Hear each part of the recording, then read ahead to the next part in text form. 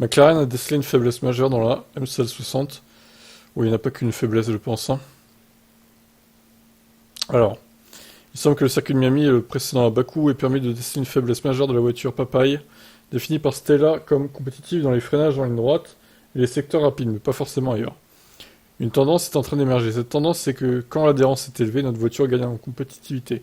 Nous pensons que cette tendance est liée au fait que plus l'adhérence est basse, plus il faut passer de temps sans freiner ni accélérer. C'est une situation dans laquelle notre voiture ne fonctionne pas très bien.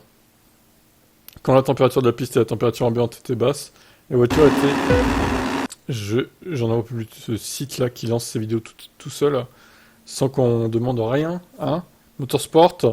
Donc je reprends. Quand la température de la piste et la température ambiante étaient basses, la voiture était bien plus constante. Ou contente, je sais pas exactement la traduction. Les pilotes pouvaient attaquer. Si on attaque au freinage, on minimise cette phase en milieu de virage où on lève le pied du frein sans accélérer. Immédiatement, nous gagnons en compétitivité. Si on regarde Bakou par exemple avec le nouvel asphalte cette année, l'adhérence était élevée. Et dans toutes les sections où on peut freiner fort les virages courts comme le virage 1 et 2, on était compétitif. Mais si on regarde le secteur du château où il faut lever le pied, on n'était pas très compétitif.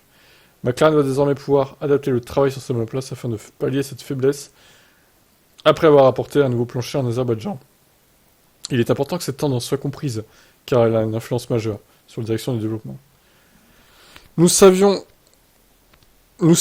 avoir ajouté de l'appui avec l'évolution de Bakou. Oula, traduction bancale, hein. Mais nous n'avons pas changé les caractéristiques de la voiture. Alors je ne suis pas trop surpris qu'avec peu d'adhérence, en passant beaucoup de temps sans freiner ni accélérer, nous perdions en compétitivité par rapport aux autres. Ouais, bon, bah, c'est une explication comme une autre, hein. À eux de régler le problème maintenant. Je vous laisse commenter.